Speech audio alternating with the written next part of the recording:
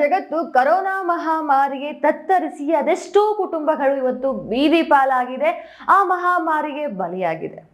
ಆದ್ರೆ ಇದೇನಪ್ಪಾ ಹೋಯ್ತು ಅನ್ನೋಷ್ಟಿಗೆ ಮತ್ತೆ ಬಂದು ಒಕ್ಕರಿಸಿಕೊಂಡಂತಾಗಿದೆ ಮಹಾಮಾರಿ ಕೋವಿಡ್. ಹೌದು, ಈಗಾಗಲೇ ರಾಜ್ಯದಲ್ಲೂ ಸಹ ನಮ್ಮ ದೇಶದಲ್ಲೂ ಸಹ ಕೊರೋನಾ ಕೇಸ್ಗಳು ಪತ್ತೆ ಆಗಿದ್ದು ಇವತ್ತು ಕೋವಿಡ್ಗೆ ಒಂದು ಜೀವ ಬಲಿಯಾಗಿದೆ. ಹಾಗಾಗಿ ಈ ಮುನ್ನೆಚ್ಚರಿಕೆಯಿಂದಾಗಿ ಅಥವಾ ಜನಗಳಿಗೆ ಇನ್ನಷ್ಟು ತಮ್ಮ ಒಂದು ಆರೋಗ್ಯದ ಜಾಗೃತಿಗೋಸ್ಕರ ಅಂತ ಕರ್ನಾಟಕ ಸರ್ಕಾರ ಕೋವಿಡ್ ಮುನ್ಸೂಚನೆ ಅಂದ್ರೆ ಕೊರೋನಾ ಮುನ್ಸೂಚನೆಯ ಪಟ್ಟಿನ ಹೊರಡಿಸಿದೆ. ಅದರಲ್ಲಿ ಯಾವೆಲ್ಲ ಮಾರ್ಗಸೂಚಿಗಳಿದೆ ಅಂತ ತಿಳಿಸ್ಕೊಡ್ತೀನಿ ಬನ್ನಿ. ಕರ್ನಾಟಕ ಸರ್ಕಾರ ಹೊರಡಿಸುವಂತಹ ಮಾರ್ಗಸೂಚಿಯ ಪ್ರಕಾರ ಮೊಟ್ಟ ಮೊದಲ ಮಾರ್ಗಸೂಚಿ ಯಾವುದು ಅಂದ್ರೆ 60 ವರ್ಷ ಮೇಲ್ಪಟ್ಟವರಿಗೆ ಮಾಸ್ಕ್ ಕಡ್ಡಾಯ. ಹೌದು, ಆಕ್ಚುಲಿ ಏನಾಗುತ್ತೆಪ್ಪ ಅಂತಂದ್ರೆ ಫಸ್ಟ್ಗೆ ಇದು ವಯಸ್ಸು ಆದವರಲ್ಲೇ ಜಾಸ್ತಿ ಕಾಣಿಸ್ಕೊಳ್ಳತೊಡಗಿತ್ತು. ಹಾಗಾಗಿ ಅಂಡ್ ವಯಸ್ಸಾದವ್ರಲ್ಲಿ ಆ ಇಮ್ಯುನಿಟಿ ಪವರ್ ಕಮ್ಮಿ ಇರೋ ಕಾರಣ ಸೊ ವಯಸ್ಸಾದವರು ಇವಾಗ್ಲಿಂದಾನೇ ಮಾಸ್ಕ್ ನ ಧರಿಸಬೇಕು, ಅದು ಕಡ್ಡಾಯವಾಗಿದೆ ಅಂತ ಹೇಳ್ತಾ ಇದಾರೆ. ಐ ಥಿಂಕ್ ನೀವು ಮುಂದೆ ಮಾಲ್ ಅಥವಾ ಬೇರೆ ಯಾವುದೇ ಅಂಗಡಿಗಳಿಗೆ ಹೋಗ್ಬೇಕು ಅಂದ್ರೆ ನೀವು ವಿತೌಟ್ ಮಾಸ್ಕ್ ಹೋಗಕ್ ಆಗಲ್ಲ, ಮಾಸ್ಕ್ ಇಲ್ಲ ಎಂಟ್ರಿ ಕೊಡಲ್ಲ ಅಂತ ಅನಿಸ್ತಾ ಇದೆ. ಅಂಡ್ ಎರಡನೇ ಮಾರ್ಗಸೂಚಿ ಕಿಡ್ನಿ, ಹೃದಯ, ಲಿವರ್ ಸಮಸ್ಯೆ ಇದ್ದವ್ರಿಗೆ ಮಾಸ್ಕ್ ಕಡ್ಡಾಯ. ಹೌದು, ಈ ರೀತಿಯ ಕೆಲವೊಂದಿಷ್ಟು ಸಮಸ್ಯೆಗಳಿಂದ ಬಳಲ್ತಾ ಇದ್ರೆ ಮಾಸ್ಕ್ ನ ಧರಿಸಿ. ಬೇಗ ಅಂದ್ರೆ ಬೇರೆ ಎಲ್ಲಾದ್ರೂ ಸೋಂಕಿತ ವ್ಯಕ್ತಿ ಇದ್ದ ಅಂದ್ರೆ ಅದಕ್ಕೆ ಅವ್ರಿಗೆ ನಿಮ್ಗೆ ಸಂಪರ್ಕ ಆಗಿತ್ತು ಅಂದ್ರೆ ನಿಮ್ಗೆ ಬೇಗ ಅಂದ್ರೆ ಬೇರೆ ನಾರ್ಮಲ್ ಆಗಿರುವಂತಹ ಮನುಷ್ಯನ್ಗೂ ಅಥವಾ ಈ ರೀತಿಯ ಕೆಲವೊಂದಿಷ್ಟು ಅಂಗಾಂಗ ವೈಫಲ್ಯಗಳಿಂದ ಬಳಲ್ತಾ ಇರೋರ್ಗು ಡಿಫ್ರೆನ್ಸ್ ಇರುತ್ತೆ ಬೇಗ ಕೋವಿಡ್ ಅಪ್ಪಳಿಸುವ ಕಾರಣ. ಸೊ ದಯವಿಟ್ಟು ಮಾಸ್ಕ್ ನ ಕಂಪಲ್ಸರಿ ಆಗಿ ಧರಿಸ್ಕೊಳ್ಳಿ.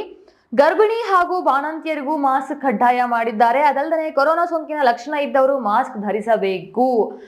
ಸೊ ಇದು ಏನಂತಂದ್ರೆ ಗವರ್ಮೆಂಟ್ ನ ಒಂದು ಮಾರ್ಗಸೂಚಿಯಲ್ಲಿ ಇರುವಂತಹ ಕೆಲವೊಂದಿಷ್ಟು ರೂಲ್ಸ್ ಗಳಿವು. ನಾನು ಒಂದು ಹೇಳಕ್ ಇಷ್ಟಪಡ್ತೀನಿ, ಏನಪ್ಪಾ ಅಂದ್ರೆ ಇಲ್ಲದೆ ಇರ್ಲಿ ಬಂದ್ ಆದ ಮೇಲೆ ನಾವು ಮಾರ್ಗಸೂಚಿಗಳನ್ನ ಹಾಕೊಳ್ಳೋದಕ್ಕಿಂತ ಬರುವುದಕ್ಕಿಂತ ಮುಂಚೆನೆ ನಾವು ಸ್ವಲ್ಪ ನಮ್ಮ ಒಂದು ಮುಂಜಾಗ್ರತೆ ಕ್ರಮನ ವಹಿಸಿ ಎಲ್ಲರೂ ಮಾಸ್ಕ್ ನ ಧರಿಸಿ ಅಂತ ಹೇಳ್ತೀನಿ. ಅಂಡ್ ಮುಂದಿನ ಮಾರ್ಗಸೂಚಿ ಅನಾರೋಗ್ಯ ಇದ್ದವರು ಜನಸಂದಣಿಗೆ ಹೋಗಬಾರದು. ಫಾರ್ ಎಕ್ಸಾಂಪಲ್ ಶೀತ, ನೆಗಡಿ, ಕೆಮ್ಮು ಇನ್ನಿತರ ಬೇರೆ ರೀತಿಯ ಸೋಂಕು ಹರಡುವಂತಹ ರೋಗಗಳಿತ್ತು ಅಂತಂದ್ರೆ ಜನಸಂದಣಿ ಇರುವಂತಹ ಜಾಗಗಳಿಗೆ ಹೋಗಬಾರ್ದು ಅಂತ ಹೇಳ್ತಾ ಇದ್ದಾರೆ.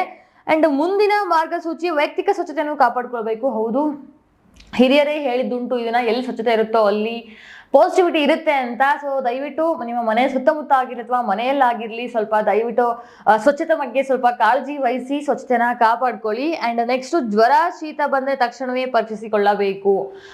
ಮುಂದೆನೂ ಸಹ ಅಷ್ಟೇ ಕೋವಿಡ್ ಬರೋಕ್ಕೆ ಲಕ್ಷಣಗಳೇ ಈ ಜ್ವರ, ಶೀತ ಆಗಿತ್ತು. ಹಾಗಾಗಿ ದಯವಿಟ್ಟು ಒಂದ್ಸರ್ತಿ ಜ್ವರ, ಶೀತ ಬಂತು ಅಂದ್ರೆ ಒಂದ್ಸಲ ಟೆಸ್ಟ್ ಮಾಡಿಸ್ಕೊಂಡ್ಬಿಡಿ. ಯಾಕಂದ್ರೆ ಮನೆಯವ್ರಿಗೂ ಸಹ ಸೋಂಕು ಅಥವಾ ಬೇರೆಯವ್ರಿಗೂ ಆ ಸೋಂಕನ ತಗಲ್ಸೋಕ್ಕಿಂತ ಬಚಾವ್ ಮಾಡ್ದಂಗೆ ಆಗುತ್ತೆ. ನೆಕ್ಸ್ಟ್ ಕ್ರಿಸ್ಮಸ್, ಹೊಸ ವರ್ಷಕ್ಕೆ ಯಾವುದೇ ನಿರ್ಬಂಧ ಇಲ್ಲ. ಸಭೆ ಸಮಾರಂಭ, ಹಬ್ಬ ಆಚರಣೆಗೆ ನಿರ್ಬಂಧ ಇಲ್ಲ. ಅಂದ್ರೆ ಏನು ಕೋವಿಡ್ ಟೈಮಲ್ಲಿ ಮದ್ವೆಗಳಾಗ್ತಾ ಇತ್ತು ಅಥವಾ ಬೇರೆ ಇನ್ನಿತರ ಕಾರ್ಯಕ್ರಮಗಳು ನಡೀತಾ ಇತ್ತು, ಅಲ್ಲಿ 500 ಜನಕ್ಕೆ 50 ಜನಕ್ಕೆ ಇದರ ಪರ್ಮಿಷನ್ ಇತ್ತು. ಸದ್ಯಕ್ಕೆ ಈ ರೀತಿಯ ಯಾವುದೇ ತಡೆ ಇಲ್ಲ. ಅಂದ್ರೆ 500 ಜನ ಬರ್ಬೇಕು, 1000 ಜನ ಬರ್ಬೇಕು ಅಂತ ಸದ್ಯಕ್ಕಿಲ್ಲ. ಆದ್ರೆ ಮುಂದೊಂದು ದಿನ ಕೋವಿಡ್ ಹೆಚ್ಚು ಆಯ್ತು ಅಂದ್ರೆ ಅಲ್ಲಿಗೂ ಸಹ ನಿರ್ಬಂಧ ಬರುತ್ತೆ. ಆದ್ರೆ ಒಂದ್ ಮಾತು ಹೇಳಕ್ ಇಷ್ಟಪಡ್ತೀನಿ, ದಯವಿಟ್ಟು ನಿಮಗೋಸ್ಕರ ಅಲ್ಲದೆ ಆಗಿದ್ರು ನಿಮ್ಮವರಿಗೋಸ್ಕರ ಆದ್ರೂ ಸ್ಟೇ ಸೇಫ್ ಅಂತ ಹೇಳ್ತೀನಿ. ಎಲ್ಲಾ ಕಡೆನೂ ಮಾಸ್ಕ್ ನ ಧರಿಸಿ. ವಯಸ್ಸಾದವರು ಅಥವಾ ಸೋಂಕಿತರು ಅಂತಲ್ಲ, ಎಲ್ಲರೂ ಮಾಸ್ಕ್ ನ ಧರಿಸಿ. ಅವಾಗಲೇ ಈ ಕೋವಿಡ್ ನ ತಡೆಯಕ್ ಸಾಧ್ಯ. ಆಮೇಲೆ ಅನಿರೀಕ್ಷಿತವಾಗಿನೋ ಅಥವಾ ಸಮಟೈಮ್ಸ್ ಏನೋ ಬೇಕು ಅಂತನೋ ಮುಟ್ಟಿರ್ತಾರೆ ಕೆಲವೊಂದಿಷ್ಟು ವಸ್ತುಗಳನ್ನ ಮನೆಗೆ ಬಂದ್ಮೇಲೆ ಹ್ಯಾಂಡ್ ವಾಶ್ ಮಾಡ್ಕೊಂಡು ಬೇರೆ ಒಂದು ಕಾರ್ಯದಲ್ಲಿ ತೊಡಗಿ ಅಂತ ಹೇಳ್ತಾ, ಸ್ವಲ್ಪ ಶುಚಿಯಾಗಿ ನಿಮ್ಮ ಮನೆ ಹತ್ರನೂ ಎಲ್ಲೂ ನೀರ್ ನಿಂದ್ರೆ ಇರೋ ತರ ಅಥವಾ ಕಸಗಳಿದ್ರೆ ಅದನ್ನು ಕ್ಲೀನ್ ಮಾಡಿ ಇಟ್ಕೊಳ್ಳಿ. Stay safe and stay happy ಅಂತ ಹೇಳ್ತಾ ಈ ವಿಡಿಯೋನಲ್ಲಿ ಮುಗಿಸ್ತಾ ಇದ್ದೀನಿ. ಅಂಡ್ ಈ ತರ ಇನ್ನಷ್ಟು ಅಪ್ಡೇಟ್ಸ್ಗೋಸ್ಕರ ನಮ್ಮ ಚಾನಲ್ ಸಬ್ಸ್ಕ್ರೈಬ್ ಮಾಡ್ಕೊಳ್ಳಿ. ಮುಂದಿನ ವಿಡಿಯೋ ಒಂದಿಗೆ ನಿಮ್ಮ ಮುಂದೆ ಬರ್ತೀನಿ. ಅಲ್ಲಿವರೆಗೂ ಸ್ಟೇ ಟ್ಯೂನ್.